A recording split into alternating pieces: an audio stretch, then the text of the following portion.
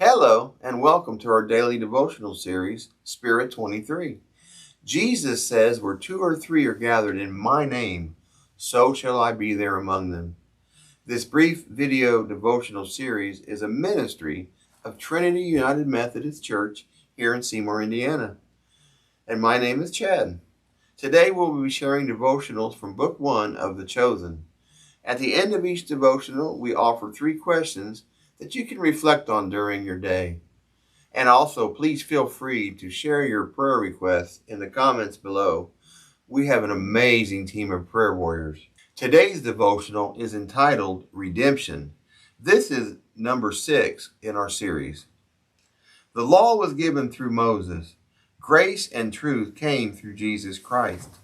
No one has ever seen God, the only God who is at the Father's side. He has made him known.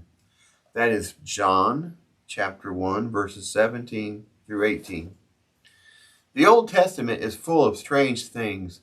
Stories of a man swallowing fish, a flood that rebooted the earth, and a brass section that brought down the walls of a city, just to name a few. And there are plenty more where that crazy came from.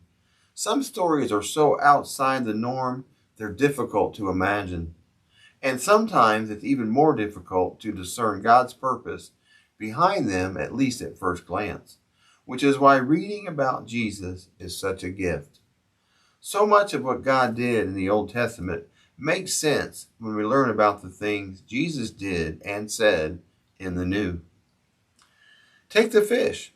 God wanted to save the sinful, broken people of Nineveh, but his spokesman didn't want the job. Instead of letting Jonah sail in the opposite direction, God had him thrown off the boat and swallowed by a sea monster that promptly swam back to Nineveh.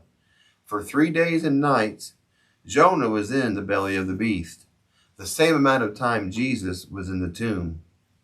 Once resurrected, Jonah delivered God's message of repentance and redemption, and the Ninevites believed. Nineveh's salvation story was a picture, a foreshadowing of what would take place on the cross.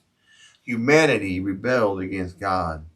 God made a miraculous way for righteousness to be restored, and God gave grace to the people who believed.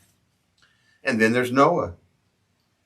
God told him to build the biggest boat anyone had ever seen, one so ginormous that it couldn't have been towed from the building site to the dock. Water would have to come to it.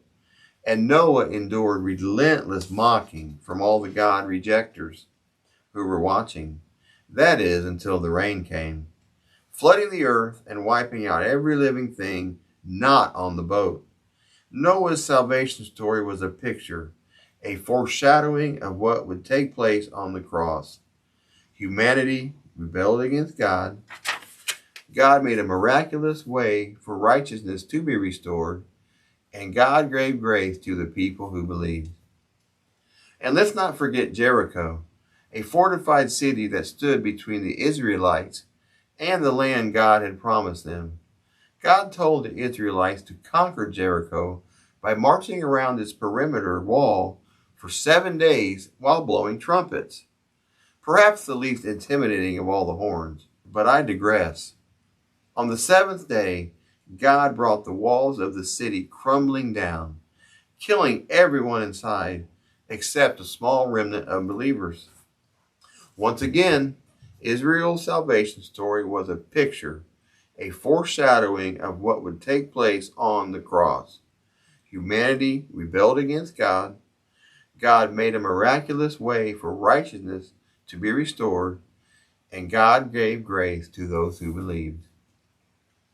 The 1, 2, 3 pattern can be seen in the majority of Old Testament stories, but the supernatural bells and whistles sometimes keep us from seeing the heart of the matter, that from earth's first moment until now, and from now until the end of the world as we know it, God is writing a story of rescue and redemption. And Jesus, the creator of the world, the one who whispers to clouds to make them pour out snow, the one who sculpted Mount Everest and dug out the Grand Canyon, the one who mapped out the galaxy and hung every star, wrote himself into that story.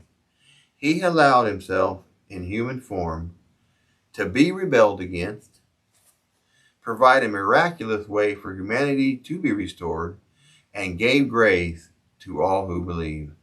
And because Jesus restored us, showing who God was and what he was doing, we can learn from the Old Testament, but we no longer have to repeat it.